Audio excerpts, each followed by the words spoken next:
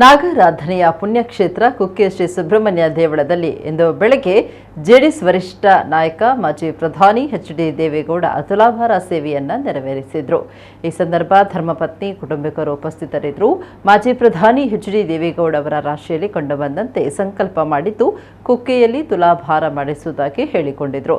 ಅಕ್ಕಿ, ಬೆಲ್ಲ, ಕಡಲೆಬೇಳೆ, ಧಾನ್ಯಗಳಲ್ಲಿ ತುಲಾಭಾರ ಸೇವೆ ನಡೆಸಲಾಯಿತು.